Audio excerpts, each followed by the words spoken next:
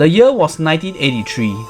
A suburban mother was too engrossed with the finale of MASH that ruined that easy-to-cook TV dinner, before her wayward daughter and a delinquent friend summoned something that they should not and started the movie The Parenting with a bang. Transposed to the modern time, a gay couple wanted to spend a memorable weekend with their parents, hoping the bonding time would do them good when they bring their relationship forward.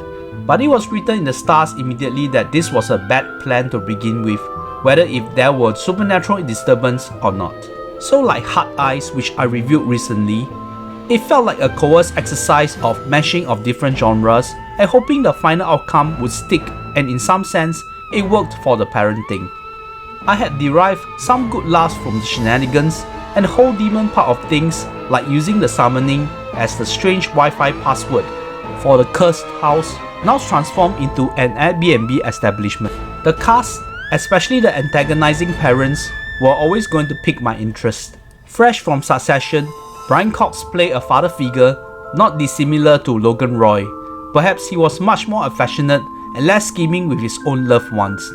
Playing Frank, the relatively wealthy father who adopted Rohan, he tried to tolerate his son's partner and submit to the whim of his authoritative wife.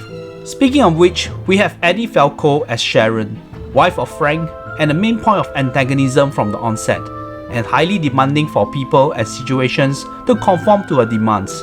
Falco, of course, was Mrs. Tony Soprano in the uber-popular Mafia TV series and worked her comedic chops in Nurse Jackie.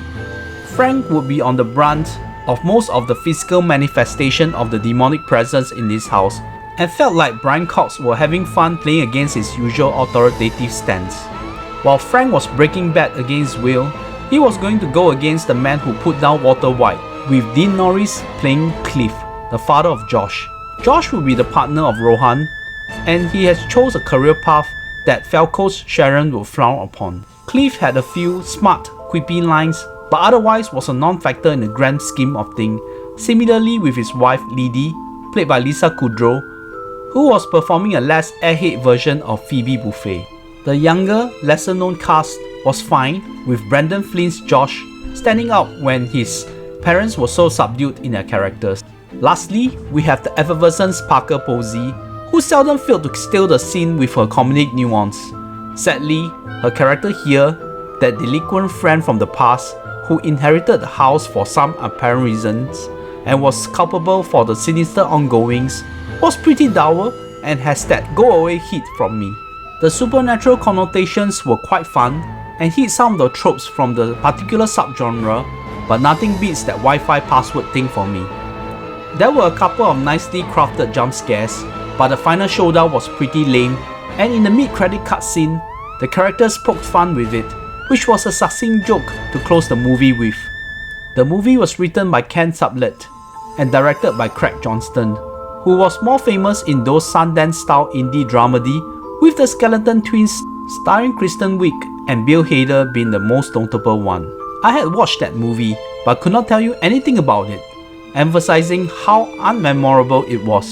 The Parenting was an easy watch, with levity about demonic summoning and demonic possession, with fun performances from the likes of Brian Cox and Eddie Falco. Nonetheless, it was a commendable effort, and we should encourage more directors famous from other genres to dip their toes in horror and see if we can create some magic sometime. This Max original movie is a solid 6 out of 10 for me. The same old from me with like, share and subscribe, but I earnestly hope you guys out there will do so as a form of encouragement for these efforts and precious time I put in to churn out these video reviews. South Korean director Yong San-ho's recent crime thriller Revelations was my latest review, so check it out. Actually, it might not be the worst idea to put the characters from Succession into a haunted house and see whether they will be haunted or they will be the ones doing the haunting.